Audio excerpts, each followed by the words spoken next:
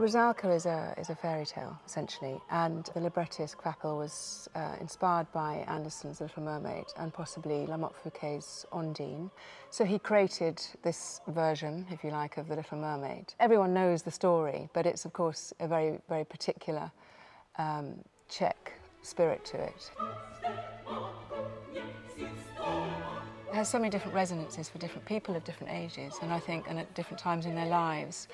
It's essentially a really very human piece about it's about the human condition, about the power and the mystery of love.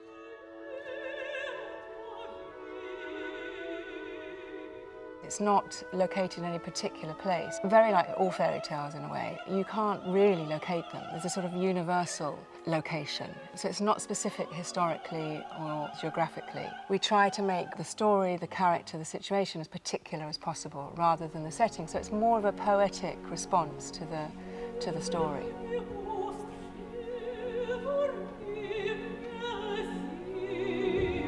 The music is just surging in and out of the lake, the forest, people's hearts, people's souls. It's looking, searching. So Dvořák, it feels like he's keeping you searching with him, sort of groping for the answer somewhere.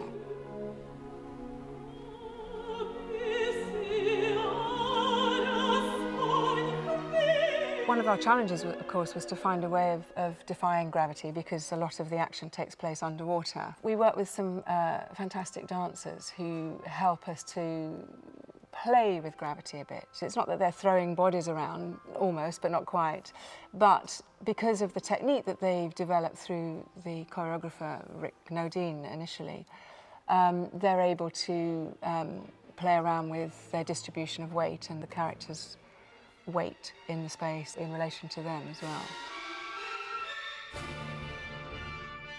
It is such a compelling story. It does grip you, and I know my own children have been to see it, who aren't familiar with opera. They've become familiar, but I think it does appeal to people who've never been to opera before. You would not believe that there is 3 hours of opera there when you watch it. It really does fly past because it's so dramatic and fantastic. I imagine from any age, 8 to 108 would love it.